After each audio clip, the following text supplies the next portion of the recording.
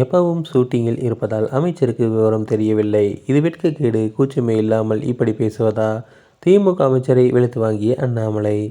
பாஜக முன்னாள் தலைவர் அண்ணாமலை வெளியிட்டுள்ள அறிக்கையில், தமிழகத்தில் எங்கேயுமே கஞ்சா நடமாட்டமே இல்லை என்று கொஞ்சம் கூட வெட்கமே இல்லாமல் பேசியிருக்கிறார் திமுக அமைச்சர் மா. சுப்பிரமணியம் அவர்கள். முதலமைச்சர் திரு மு. க. ஸ்டாலின் நடத்தும் நடைபயிற்சி ஷூட்டிங்காக ஏற்பாட்டிலேயே தனது முழு நேரத்தையும் செலவிடுவதால் அமைச்சருக்கு உண்மை தெரிந்திருக்க வாய்ப்பில்லை எனவும் தெரிவித்துள்ளார். நேற்றைய தினம் திருத்தணியில் 17 வயது சிறுவர்கள் கஞ்சா போதையில் ஒரு வடமாநில இளைஞரை அறிவாளர் கடுமையாக வெட்டிய காணொலி. அமைச்சர் பொய் சொல்கிறாரா? தமிழகத்தின் பல பகுதிகளில் கஞ்சா விற்பனை, கடத்தல் மற்றும் வைத்திருப்பு தொடர்பான வழக்குகள் தொடர்ந்து பதிவாகி வருகின்றன.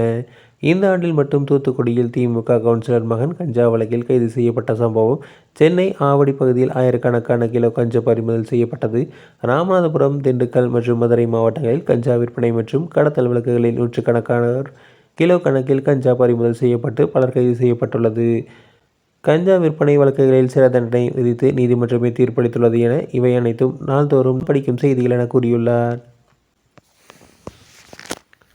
கோவையில் கல்லூரி மாணவர் விடுதிகளில் போலீசார் நடத்திய சோதனையில் கஞ்சா உள்ளிட்ட போதைப் பொருட்களும் ஆயுதங்களும் பறிமுதல் செய்யப்பட்டுள்ளன. மாணவர் விடுதிகள் வரை கஞ்சா விற்பனை ஊடுருவிப்பது, போதைப் பொருள் எவ்வளவு ஆழமாக தமிழகத்தில் பரவியுள்ளது என்பதற்கான நேரடி சாட்சி. கல்வி வளாகங்களே பாதுகாப்பற்ற நிலையில் இருக்கும்போது கஞ்சா புழக்கம் இல்லை என்று பேசுவது பொதுமக்களுக்கு செய்யும் துரோகம். கஞ்சா விற்பனை மற்றும் புழக்கத்தை கட்டுப்படுத்த முடியாமல் தோல்வியடைந்த திமுக அரசு என்று உண்மையை மறைத்து தப்பிக்க முயலுது என்று கூறியுள்ளார்.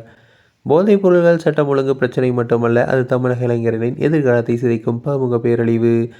கஞ்சா கடத்துபவர்கள் மீது, விற்பனை செய்பவர்கள் மீதும் கடுமையான நடவடிக்கை எடுப்பதை விட்டுவிட்டு முழு பூசணிக்காயை சோற்றில் மறைக்க அமைச்சர் மா. சுப்பிரமணியன் முயற்சிப்பது வெட்கக்கேடு என தெரிவித்துள்ளார்.